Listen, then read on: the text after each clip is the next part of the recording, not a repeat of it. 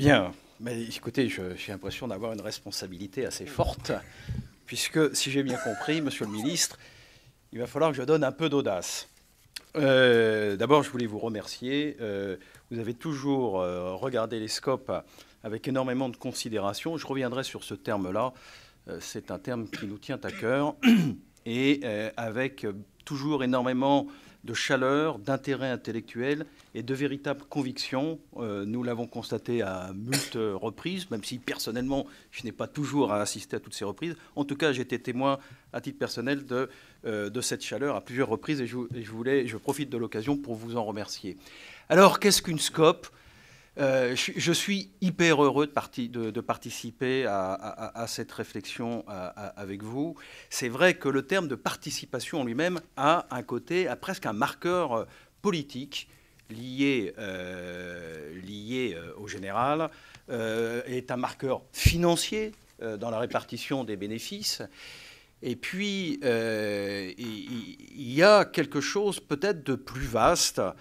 Et j'invite les responsables de votre mouvement à réfléchir.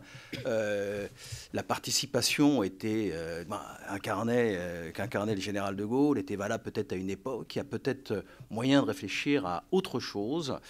Et donc, je vais prendre 5 ou 10 minutes pour vous parler d'expériences coopératives qui sont, j'ai envie de dire, un aboutissement. Vous savez, quand on échoue sur des choses un peu intermédiaires, peut-être qu'il faut aller un peu au-delà.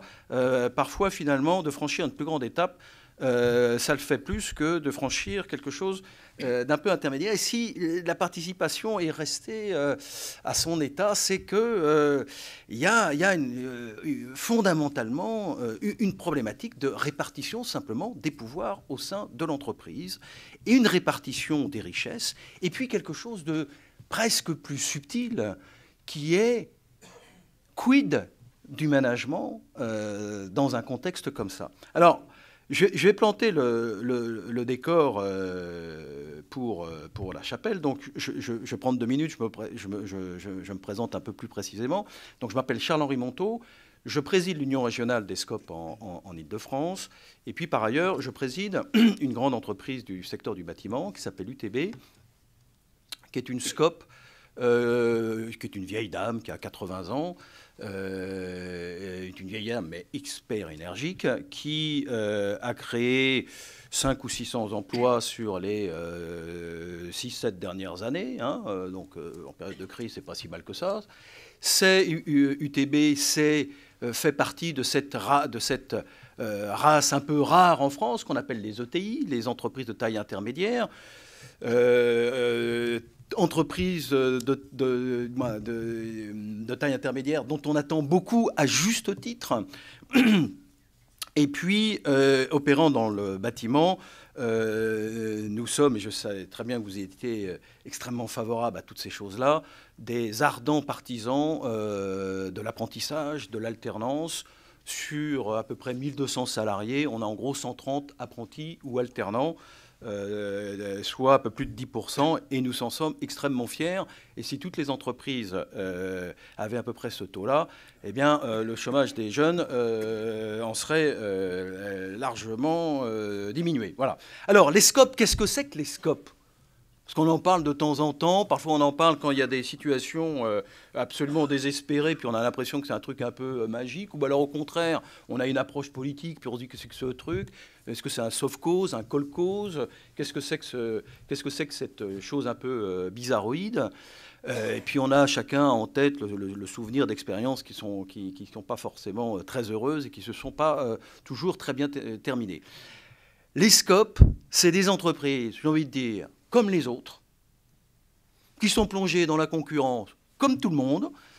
Et je peux vous dire que la concurrence économique, quels que soient les secteurs, elle est âpre, difficile, dure, que ça devient difficile au quotidien de diriger.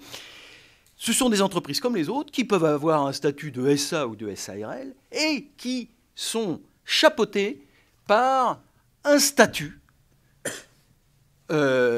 qui est donc le statut des SCOP, et donc qui vient chapeauter à la fois le droit social, le droit commercial, le droit, le juridique des entreprises, et qui, en gros, je vous le fais très court, imposent 3 choses, 3 principes. Et vous allez voir, ces principes font que ça les distingue terriblement de toutes les entreprises. Le premier principe, et ça obéit à une volonté, c'est qu'une SCOP, ça doit avoir une gouvernance endogène. Donc, premier principe, très technique, les SCOP, elles ont une majorité de salariés qui doivent détenir le capital, et les salariés associés doivent détenir 2/3 des droits de vote. Pourquoi? Pour permettre cette gouvernance endogène. La gouvernance doit venir du monde salarial de l'entreprise. C'est un des principes de base. Associé à ce principe de base, il y a un principe démocratique qui nous distingue terriblement de toutes les autres formes d'entreprise, puisque dans une entreprise de droit commun, le pouvoir est détenu au prorata des parts sociales. Dans une SCOP, il y a l'égalité entre associés. Ce sont des sociétés de personnes. Donc ce qui nous intéresse, nous, dans une SCOP, ça n'est pas tellement l'argent qu'amène l'associé, même si il nous intéresse aussi, mais c'est la personne elle-même. Nous sommes des sociétés de personnes, et donc nous avons l'égalité entre associés, quel que soit le nombre de parts détenues, quel que soit le montant capital détenu, nous avons l'égalité entre associés. Donc vous voyez, c'est quand même quelque chose de très différent. Et puis, on a une troisième chose qui est assez étonnant, et on pourrait, mais ça nous emmènerait trop loin, mais réfléchir à l'autre. Les SCOP ont une indépendance patrimoniale, c'est-à-dire qu'en fait, les associés ne sont pas des propriétaires, ce sont des usufruitiers. Ils gagnent de l'argent pendant qu'ils sont là, etc. Ils ont le droit de se le répartir, bon, il y a des règles. Et tout ce qui est mis en réserve, toute l'entreprise, eh ben, elle est faite pour être transmise de génération en génération. Les associés, entre guillemets, ne sont propriétaires que du capital au sein de l'entreprise, que de ce qu'ils ont mis comme argent, et puis de la manière dont cet argent a fructifié. Mais vous êtes bien d'accord avec moi qu'une entreprise, ça va très au-delà de ça. Il y a beaucoup d'immatériel, il peut y avoir des marques dans une entreprise, il y a des machines, il y a des fonds de commerce, il y a des réserves, etc. Toutes ces choses-là appartiennent à l'entreprise. De ce point de vue, elle n'est pas cessible, donc elle n'est pas vendable à quelqu'un d'autre. Et une SCOP, en gros, ça naît. Si ça prospère, bah, ça continue. Et puis si ça prospère plus, ça meurt. Voilà. Ou ça peut être éventuellement, alors à ce moment-là, on peut lui faire quitter le statut de SCOP, et à ce moment-là, elle peut être rachetée. Alors, par rapport à vos problématiques de participation, à titre personnel, je comprends très bien, qui me passionnent, j'ai plusieurs remarques à faire. La participation, dont la coopération est une forme un peu plus aboutie, ça introduit la citoyenneté dans les entreprises. Ça introduit une dimension de citoyenneté dans l'entreprise. Et de ce point de vue, je crois que c'est vous-même, Monsieur le Ministre, et Madame Alliot-Marie, qui disait c'est éminemment politique. Ben, c'est vrai que c'est éminemment politique parce que ça introduit une part de citoyenneté dans l'entreprise. On peut même imaginer que, et donc qui dit citoyenneté, impose à un moment donné de partage de pouvoir. Et donc c'est évidemment extrêmement touchy. Et donc c'est pas forcément très simple d'expliquer à des gens qui sont propriétaires de quelque chose, de dire qu'il va falloir qu'ils partagent le pouvoir avec d'autres. C'est pas très naturel. C'est pas très naturel. Donc c'est quelque chose d'éminemment politique. J'entendais, je crois que c'est M. Godefrin tout à l'heure, et il a raison, la participation, ça appartient à tout le monde. On s'y sent bien quand on est de gauche, on s'y sent bien quand on est gaulliste, c'est quelque chose qui doit pouvoir être extrêmement œcuménique. Sur l'introduction de la citoyenneté, ça pose quelque chose, en tout cas dans les SCOP, qui est extrêmement intéressant, qui est la chose suivante. Et en cela, les SCOP ont quelque chose d'extrêmement moderne. Car je viens de vous décrire et je viens de vous planter le décor de ce qui est le statut de la SCOP. Bah, grosse maille, grosse ligne, c'est quand même un pavé. Donc ces principes, ils sont assez fouillés. C'est une très jolie construction intellectuelle. Hein. Le guide juridique des SCOP, c'est en gros 1000 pages, donc je vous l'ai résumé en 3 minutes. Mais les principes sont ceux-là. Mais derrière, il y a quelque chose d'extrêmement intéressant, c'est que ce statut de SCOP est un terreau extrêmement favorable à quelque chose qui est très difficile à appréhender en matière de management. Alors certains l'appellent management coopératif, d'autres participatif. Vous savez, les modes en termes de management, ça change tous les 2-3 ans. C'est un peu comme la mode d'une manière générale, ça passe.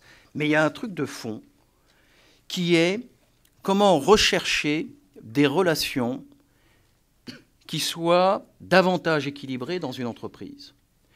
C'est vrai qu'il y a énormément de choses dans les sociétés de droit commun qui ont évolué. Il y a eu plein de choses.